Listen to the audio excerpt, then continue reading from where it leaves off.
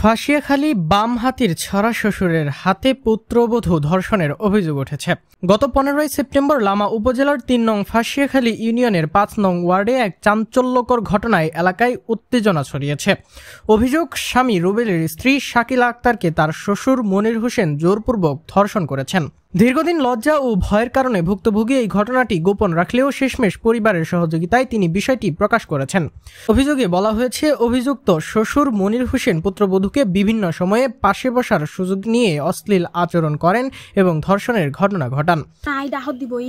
তো মাতি আসি আর বাবিও বইয়ে বড় বাবিও বইয়ে তো আর আদর করে আজামারি থাজামারি ধরি, এই বিভিন্ন সময় আজামারি ধরে নাতি কেন নাতি হতে দিবি আর আহেদা আল্লাহ যেতে দে এতে আর হতে তো যদি জামাই রুবিল্লার ফয় তাই তো মনে হয় জামাই ফাতি আরো হয়েছে না আরো হতে আরো হওয়ার পর আই নিজে মারি থাকি হতে আই ফিরি নে আই মানুষের ওর নাই নয় আই ধরে আই ফিরি নে মানুষের ওর ডাহাত দিয়ে তো বন্য ভারত জন্য নাই আরো হতে ফর ফর আলগা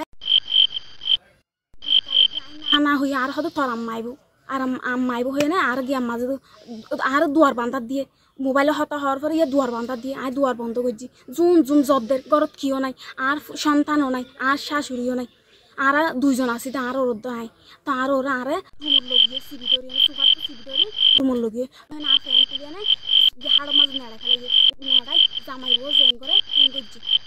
পাশাপাশি পুত্রবধূ ধর্ষণের অভিযোগের বিষয়ে অভিযুক্ত শ্বশুর মনির হোসেনের সঙ্গে কথা বললে তিনি ঘটনাটি সম্পূর্ণ মিথ্যা বলে দাবি করেন।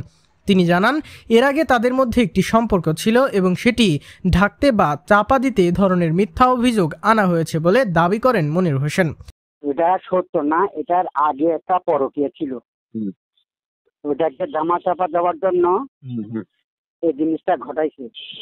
এ বিষয়ে মুঠোফোনে লামা উপজেলা কর্মকর্তাদের সঙ্গে কথা বললে তারা জানান, যেভাবে স্থানীয়রা অভিযোগ জমা দেবেন তারা সেই অনুযায়ী তা গ্রহণ করবেন এবং প্রয়োজনীয় ব্যবস্থা নেবেন বলে আশ্বাস দিয়েছেন।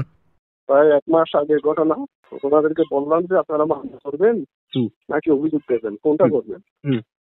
ওনারা প্রথমে আরো ওনাদের সাথে আরো অনেক লোকজন নিয়ে আসছিল, ওনাদের সাথে সলা পরামর্শ করে আবার আমাদেরকে জানানো, ওনাদের সাথে কথা বলে সলা পরামর্শ করে আমাদের কাছে আসবে।